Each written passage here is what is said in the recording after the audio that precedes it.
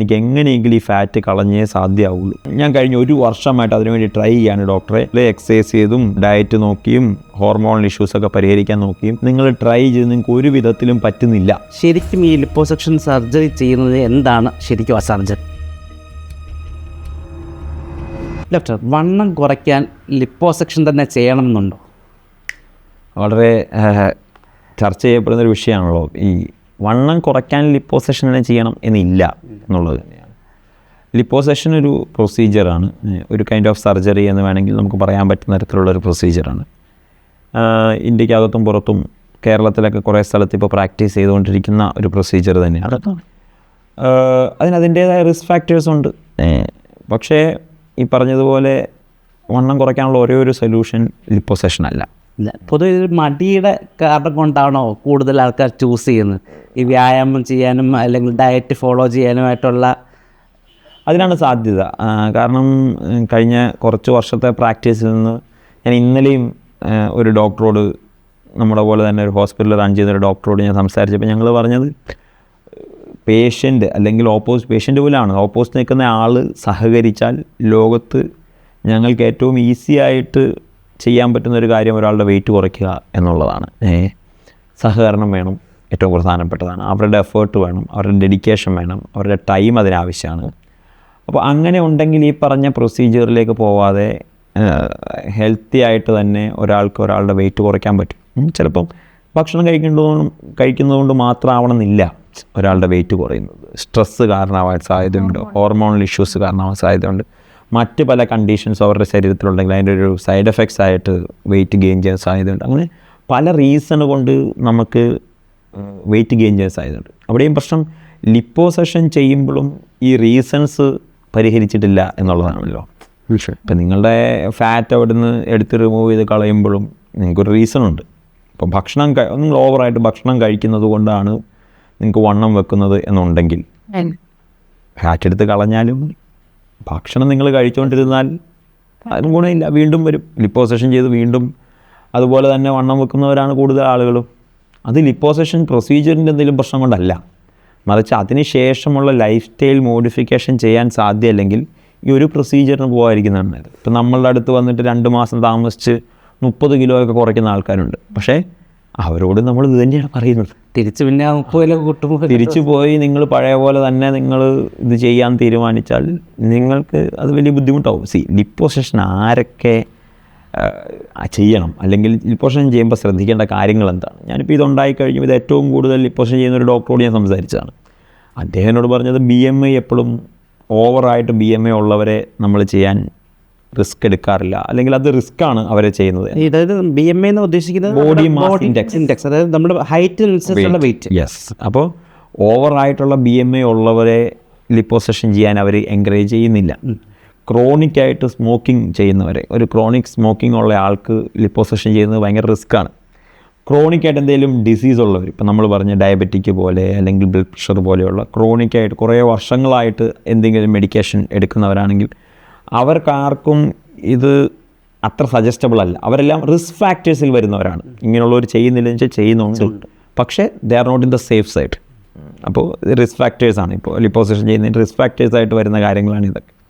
അതല്ലാതെ എന്തൊക്കെ കോംപ്ലിക്കേഷൻ ഉണ്ടാവാൻ സാധ്യതയുണ്ട് എന്നുള്ളതാണ്. ഇപ്പോൾ കഴിഞ്ഞ ദിവസം ഒരാൾക്കുണ്ടായത് ഫാറ്റ് എംബോളിസം ആണ് എന്നാണ് പറയുന്നത്. എന്താണ് സാർ ഡോക്ടർ ഈ പറഞ്ഞ ഫാറ്റ് എംബോളിസം? നമ്മുടെ ശരീരത്തിൽ ഈ മരണത്തിന് പോലും കാരണമാവാൻ സാധിക്കുന്ന ബ്ലഡ് വെസലിലുള്ള ചേഞ്ചാണ്, മനസ്സിലായില്ലേ? അപ്പോൾ ഇത് പല കോംപ്ലിക്കേഷൻസ് ആണ് അവർ പറയുന്നത്. ബ്ലീഡിങ്ങിന് സാധ്യതയുണ്ട്, പറഞ്ഞ ഇൻഫെക്ഷന് സാധ്യതയുണ്ട്. ഇപ്പം നേരത്തെ ഇൻഫെക്ഷൻ ഏത് സർജറി ചെയ്താലും ഈ പറഞ്ഞ ഇഷ്യൂസിനെല്ലാം സാധ്യതയുണ്ട്, മനസ്സിലായില്ലേ? ഇപ്പം ഇൻഫെക്ഷൻ ആയിക്കോട്ടെ, ബ്ലീഡിങ് ആയിക്കോട്ടെ, ഫാറ്റ് എംബോളിസം ആയിക്കോട്ടെ, ഈ പറഞ്ഞ കാര്യങ്ങൾക്കൊക്കെ ഏത് സർജറിക്കും സാധ്യതയുണ്ട്. അതുപോലെ ഒരു സർജറി പോലെ തന്നെ ഒരു പ്രൊസീജിയറാണ് എന്ത്, ഈ പറഞ്ഞ ലിപ്പോസെഷൻ എന്നുള്ളത്. അപ്പോൾ ലിപ്പോസെഷൻ ചെയ്യുമ്പോൾ നമ്മൾ സർജറി ചെയ്യുമ്പോൾ സാധാരണ നമ്മൾ എഴുതി കൊടുക്കാറുണ്ടല്ലോ ഹോസ്പിറ്റൽ കൺസെൻറ്റ്. അതുപോലെ തന്നെ ഒരു പ്രൊസീജിയറാണ്. പക്ഷേ ഇത് ആവശ്യമുള്ളതാണോ എന്നുള്ളതാണ് ചോദ്യം. പല സർജറികളും നമ്മൾ വളരെ അത്യന്താപേക്ഷിതമായിട്ട് നിൽക്കുമ്പോൾ, നമുക്ക് മറ്റ് വഴികളില്ലാതെ നിൽക്കുമ്പോഴാണ് നമ്മൾ സർജറിയിലേക്ക് പോകുന്നത്, അല്ലേ? നമുക്ക് ലൈഫ് തിരിച്ചു കിട്ടാൻ വേണ്ടി, അല്ലെങ്കിൽ എന്തെങ്കിലും ഒരു പ്രധാനപ്പെട്ട അവയവത്തിൻ്റെ സേഫ്റ്റിക്ക് വേണ്ടിയൊക്കെയാണ് നമ്മൾ പലപ്പോഴും സർജറിക്ക് പോകുന്നത്. പക്ഷേ ഇതങ്ങനെ വരുന്നൊരു സെറ്റല്ല, മറിച്ച് നമ്മൾക്ക് ഒരു പരിധിവരെ നമ്മുടെ ജീവിതശൈലി കൊണ്ടും നമ്മളുടെ തീരുമാനങ്ങൾ കൊണ്ടും പരിഹരിക്കാൻ പറ്റുന്ന ഒരു കാര്യത്തെ നമ്മളുടെ മടി കൊണ്ട് അല്ലെങ്കിൽ നമ്മളുടെ സമയമില്ലെന്നുള്ള വ്യാജേന നമ്മൾ ഒരുക്കുന്നൊരു ഷോർട്ട് കട്ടാണ് പലപ്പോഴും ലിപ്പോസഷൻ എന്നുള്ളത്. ആ ഷോർട്ട് കട്ടുകൾ എപ്പോഴും നല്ലതാവണം എന്നില്ല. അത് ജീവിതത്തിലും അങ്ങനെയാണ്, ലിപ്പോസഷനിലും അങ്ങനെയാണ്. അപ്പോൾ ഇതുപോലെ ലിപ്പോസക്ഷന് അവർ ഇങ്ങനത്തെയുള്ള ക്ലിനിക്കുകൾ ഇതിനെ എൻകറേജ് ചെയ്യുന്നത് ഇതിന് വളരെ ലീസ്റ്റ് റിസ്ക് ഫാക്ടറേ ഉള്ളൂ എന്നുള്ള രീതിയിലാണ്. പലപ്പോഴും പല ആടുകളും കണ്ടിട്ടുണ്ട് അങ്ങനെ. ഈ റിസ്ക് ഫാക്ടേഴ്സ് എന്ന് പറഞ്ഞാൽ ഇപ്പോൾ ഞാനിപ്പോൾ പറഞ്ഞ കുറച്ച് റിസ്ക് ഫാക്ടേഴ്സ് ഉണ്ടല്ലോ. ഇപ്പോൾ ഇൻഫെക്ഷൻ, ബ്ലീഡിങ്, പറഞ്ഞ ഫാറ്റ് എംബോളിസം, ഇങ്ങനെയുള്ള റിസ്ക് ഫാക്ടേഴ്സ് ഉണ്ട്. ഇനി ഇൻഡിവിജ്വൽ ആയിട്ടുള്ള റിസ്ക് ഫാക്ടേഴ്സ് ഉണ്ട്.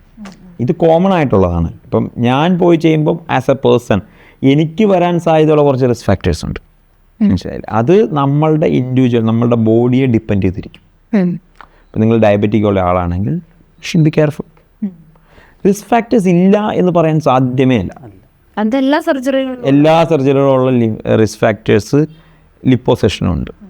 ലിപ്പോസഷൻ ഇത് പ്രശ്നം ലിപ്പോസഷൻ ചെയ്യുന്നിടത്തല്ല പ്രശ്നം. രണ്ട് കാര്യങ്ങളാണ് ഇതിനകത്ത് നമ്മൾ വളരെ കൺസേൺ ആയിട്ട് വെക്കേണ്ടത്. ഒന്ന്, ഈ പറഞ്ഞതുപോലെ നിങ്ങൾ ട്രൈ ചെയ്തു, നിങ്ങൾക്ക് പറ്റുന്നത് പോലെ എക്സസൈസ് ചെയ്തും ഡയറ്റ് നോക്കിയും ഹോർമോണൽ ഇഷ്യൂസൊക്കെ പരിഹരിക്കാൻ നോക്കിയും നിങ്ങൾ ട്രൈ ചെയ്ത് നിങ്ങൾക്ക് ഒരു വിധത്തിലും പറ്റുന്നില്ല. ഞാൻ കഴിഞ്ഞ 1 വർഷമായിട്ട് അതിനുവേണ്ടി ട്രൈ ചെയ്യാണ് ഡോക്ടറെ, എനിക്ക് ഒരു വിധത്തിലും പറ്റുന്നില്ല, എനിക്ക് എങ്ങനെയെങ്കിലും ഈ ഫാറ്റ് കളഞ്ഞേ സാധ്യമാവുള്ളൂ. അങ്ങനെയുള്ളവരാണ് ലിപ്പോസഷൻ ചെയ്യുന്നതെങ്കിൽ നമുക്കത് മനസ്സിലാക്കാം, മനസ്സിലായില്ലേ. പക്ഷേ ഇപ്പോൾ ഈ ലിപ്പോസഷൻ ചെയ്യാൻ പോകുന്ന 90% ആളുകളും അങ്ങനെയുള്ളവരാണോ എന്നുള്ളത് ചോദ്യമാണ്. ഇങ്ങനെയുള്ളവരല്ല എന്ന സ്റ്റേറ്റ്മെൻറ്റ് നമ്മൾ ഇറക്കേണ്ട. പക്ഷേ അവർ ചെയ്യുന്നവർ തന്നെയാണ് ചിന്തിക്കാൻ. എനിക്ക് പോസിബിളായിട്ട് ഹെൽത്തി ആയിട്ട് ഓർഗാനിക്കായിട്ട് നാച്ചുറലായിട്ട് എനിക്ക് എൻ്റെ ബോഡിയെ തിരിച്ച് വെയിറ്റ് കുറയ്ക്കാൻ സാധ്യമായ എല്ലാ കാര്യങ്ങളും ഞാൻ ട്രൈ ചെയ്തിട്ടാണോ ഞാൻ ഈ ഷോർട്ട് കട്ടിലേക്ക് പോകുന്നത്. ശരിക്കും ഈ ലിപ്പോസക്ഷൻ സർജറി ചെയ്യുന്നത് എന്താണ് ശരിക്കും ആ സർജറി? ലിപ്പോസഷൻ സർജറി എന്നുള്ളത് ഈ പറഞ്ഞ പോലെ മോഡേൺ ഡോക്ടേഴ്സ് ചെയ്യുന്ന, അതായത് MBBS കഴിഞ്ഞുള്ള ഡോക്ടേഴ്സ് ചെയ്യുന്നൊരു സർജറിയാണ് ലിപ്പോസഷൻ എന്നുള്ളത്. ഫാറ്റ് റിമൂവ് ചെയ്യുക എന്നുള്ളതാണ്. ഓവർ അക്യുമുലേറ്റ് ചെയ്തിരിക്കുന്ന ഫാറ്റ് നമ്മുടെ ശരീരത്തിൽ നിന്ന് റിമൂവ് ചെയ്യുക. നിങ്ങളൊക്കെ വീഡിയോ ഒക്കെ കണ്ടു കാണും അതിൻ്റെ. അപ്പോൾ അതാണ് ചെയ്യുന്നൊരു പ്രൊസീജിയർ. ഞാൻ പറഞ്ഞില്ല ആരൊക്കെയാണ് ചെയ്യേണ്ടത് എന്നുള്ള ചോദ്യത്തിന് ഈ പറഞ്ഞതുപോലെ BMI ഓവറായിട്ടുള്ള ആളുകളല്ല, ഒരു പരിധിക്കപ്പുറം BNA ആയിട്ടുള്ള ഒബേസിറ്റി ഗ്രേഡ് 2 എന്നുള്ളവരല്ല ഈ ഒരു ഇത് ചെയ്യാൻ വേണ്ടി സജഷൻ ചെയ്യുന്നത്. പിന്നെ അതുകൂടാതെ ഈ പറഞ്ഞ ക്രോണിക്കായിട്ട് ലൈഫ് സ്റ്റൈൽ ഇഷ്യൂസ് ഉള്ളവരെ നമ്മൾ ഒരിക്കലും ഇതിന് സജസ്റ്റ് ചെയ്യാറില്ല. പിന്നെ ഒരു ഏജ് കഴിഞ്ഞ് ഒരു 50 ഒക്കെ കഴിഞ്ഞ് അല്ലെങ്കിൽ ഒരു 45 കഴിഞ്ഞ ആളുകൾ ഇത് ചെയ്യുന്നതിനകത്തും റിസ്ക് ഫാക്ടേഴ്സ് കൂടുതലാണ് എന്നുള്ളതാണ്. സോ ഇതിന് താഴെ വരുന്നവരാണ് റിസ്ക് ഫാക്ടേഴ്സ് അല്ലാതെ നിൽക്കുന്നവർ. അതായത് അവർക്ക് വേണമെങ്കിൽ ഇത് ചെയ്യാം എന്നുള്ളത്. എപ്പോൾ ചെയ്യണം എന്നുള്ളത് അവരുടെ തീരുമാനമാണ്. എന്തിന് ചെയ്യണം എന്നുള്ളതും അത് ഞാൻ പറഞ്ഞില്ലേ, നമ്മൾ നേരത്തെ പറഞ്ഞതുപോലെ എല്ലാം ട്രൈ ചെയ്ത് നോക്കിയിട്ടും അവർക്കൊന്നും ചെയ്യാൻ പറ്റുന്നില്ല എന്നുള്ളവർ ചെയ്യുന്നതിനോടേക്ക് വിരോധമില്ല. അല്ലാതെ ചെയ്യുന്നത് അവരുടെ ശരി. ഇപ്പം ഞാൻ പറയുമ്പോൾ ഒരു ഫേമസ് നടൻ ആടുജീവിതത്തിന് വേണ്ടി പൃഥ്വിരാജ് വണ്ണം കുറച്ചു. പൃഥ്വിരാജ് തന്നെ ഇൻ്റർവ്യൂവിൽ പറയുന്നുണ്ട്, ഞാൻ ചെയ്തത് വേറെ ആരും ചെയ്യാൻ ഞാൻ അഡ്വൈസ് ചെയ്യുന്നില്ല. വേറെ ഒരു സിനിമ ദംഗലിൽ അമീർ ഖാൻ അങ്ങനെ ചെയ്തു. അതുകൂടാതെ നമ്മുടെ ഈ ഇടയ്ക്ക് പൈങ്കളി എന്ന് പറഞ്ഞ സിനിമയിൽ അഭിനയിച്ചൊരു പെൺകുട്ടിയുണ്ട്. ഞാൻ ആ കുട്ടിയുടെ ഇൻ്റർവ്യൂവിൽ ഞാൻ കേട്ടു, ഞാൻ വെയിറ്റ് കുറച്ചത് ഒരു ഹെൽത്തി വെയിറ്റ് കൂടി അല്ല എന്നുള്ളതാണ്. അപ്പോൾ അങ്ങനെയുള്ള ബോധങ്ങൾ നമ്മുടെ ചുറ്റുമുണ്ട്. അപ്പം അതിനകത്തുനിന്ന് നമുക്ക് മനസ്സിലാക്കാൻ പറ്റുന്ന കാര്യം എന്താണ്, ഹെൽത്തി ആയിട്ട് ഇവിടെ വെയിറ്റ് കുറയ്ക്കാനുള്ള മാർഗ്ഗങ്ങളുണ്ട് എന്നുള്ളതാണ്. അപ്പോൾ ലിപ്പോസഷന് പോകുന്നവരോടും ഉള്ള നമ്മളുടെ ഇത്, നിങ്ങൾ ട്രൈ ചെയ്യൂ.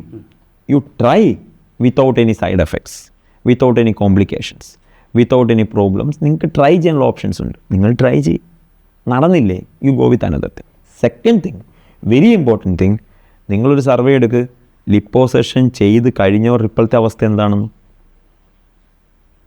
ഉള്ള ഫാറ്റെല്ലാം കളഞ്ഞിട്ട് വീണ്ടും പഴയ ലൈഫ് സ്റ്റൈലിലേക്ക് പോകുമ്പോൾ അതിലും ഭയാനകമായിട്ട് നിൽക്കുന്ന ആളുകളാണ് ഇപ്പോൾ ഇവിടെ ഉള്ളത്. അതാണ് അതിലും ഡേഞ്ചറസ് ആണ്. ഇത് ഒരിക്കലും നിർത്താൻ പറ്റുന്നില്ല പിന്നെ, മനസ്സിലായില്ലേ. അപ്പോൾ ഇങ്ങനെയുള്ള കാര്യങ്ങൾ ലിപ്പോസഷൻ ചെയ്യുന്നതിന് മുമ്പും ലിപ്പോസഷൻ ചെയ്തതിന് ശേഷവും രണ്ടാളുകളും വളരെ പ്രധാനപ്പെട്ടായിട്ട് ശ്രദ്ധിക്കേണ്ട കാര്യമാണ്. ഈ പറഞ്ഞ ക്രോണിക്കായിട്ട് ഇൻഫെക്ഷൻ ഉള്ളവർ മീൻസ് ഡിസീസ് ഉള്ളവർ, സ്മോക്കിംഗ് ചെയ്യുന്നവർ, ബാഡ് ഹാബിറ്റ്സ് ഉള്ളവർ, ഓവറായിട്ട് ഒബേസിറ്റി, BMI ഉള്ളവർ, ഇവരൊക്കെ ലിപ്പോസക്ഷൻ ചെയ്യുന്ന റിസ്ക് ഫാക്ടേഴ്സിനുള്ളിൽ നിൽക്കുന്നതാണ്. ഇനി ലിപ്പോസക്ഷൻ ചെയ്ത് കഴിഞ്ഞാൽ ഡയറ്റ് കൺട്രോൾ ചെയ്ത് എക്സസൈസ് ചെയ്താൽ മാത്രമേ ഇത് മെയിൻറ്റെയിൻ ചെയ്തിട്ടുള്ളൂ.